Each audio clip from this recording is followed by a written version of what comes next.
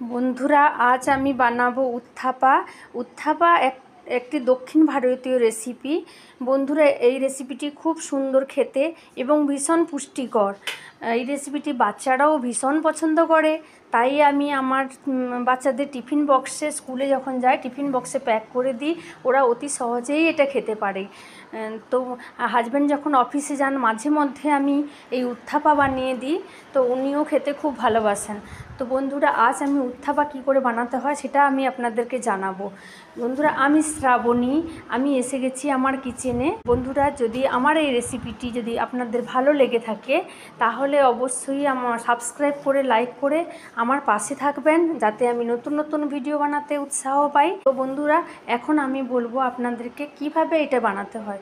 বন্ধুরা, 200 গ্রাম চাল আর 100 গ্রাম অড়হর ডাল নিয়ে আমি ভালো করে ওটাকে ধুয়ে আগের দিন রাত্রে কিংবা সকালবেলায়, গত দিন সকালবেলায় ভিজিয়ে রেখে দেবো। তো প্রায় 16 থেকে 24 ঘন্টা ভিজিয়ে রাখলে ভালো হয়। তারপর ওটাকে ছেঁকে নিয়ে মিক্সার গ্রাইন্ডারে দিয়ে ভালো করে আমি পেস্ট করে ব্যাটারটা তৈরি করে নেব। এবার ব্যাটারের মধ্যে পরিমাণ মতো লবণ দেব এবং টক দই মিশিয়ে দেবো খানিকটা। একটু টকটক হলে উত্থাপাটা খেতে খুব ভালোই লাগে। তো বন্ধুরা, আপনারা যদি মনে করেন টক দই মেশাবেন তাহলে মেশাতে পারেন, আর যদি মনে করেন যে না, মেশানোর প্রয়োজন নেই, তাহলে না মেশালেও চলে যাবে। তো বন্ধুরা, এবার আমার ব্যাটারটা রেডি হয়ে গেল। এবার আমাকে টমেটো, গাজর, ক্যাপসিকাম, পেঁয়াজ এগুলো সব চপারে দিয়ে ভালো করে কুচি কুচি করে নিতে হবে। তো বন্ধুরা, যদি আপনাদের চপার না থাকে তাহলে ওটাকে গ্রেটারেও আপনারা গ্রেট করে নিতে পারেন। তারপর একটা ফ্রাইং প্যান নিলাম। ফ্রাইং প্যানে একটু বাটার কিংবা ঘি কিংবা যে কোনো তেল একটু ব্রাশ করে দিতে হবে, যাতে ব্যাটারটা ওর মধ্যে আটকে না যায়, সেই জন্য।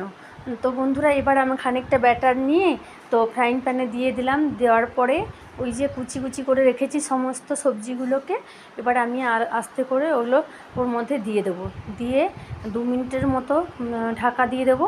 ঢাকা দিয়ে দেওয়ার পর 2 মিনিট পরে খুলে আমি ওটাকে উল্টে দেব।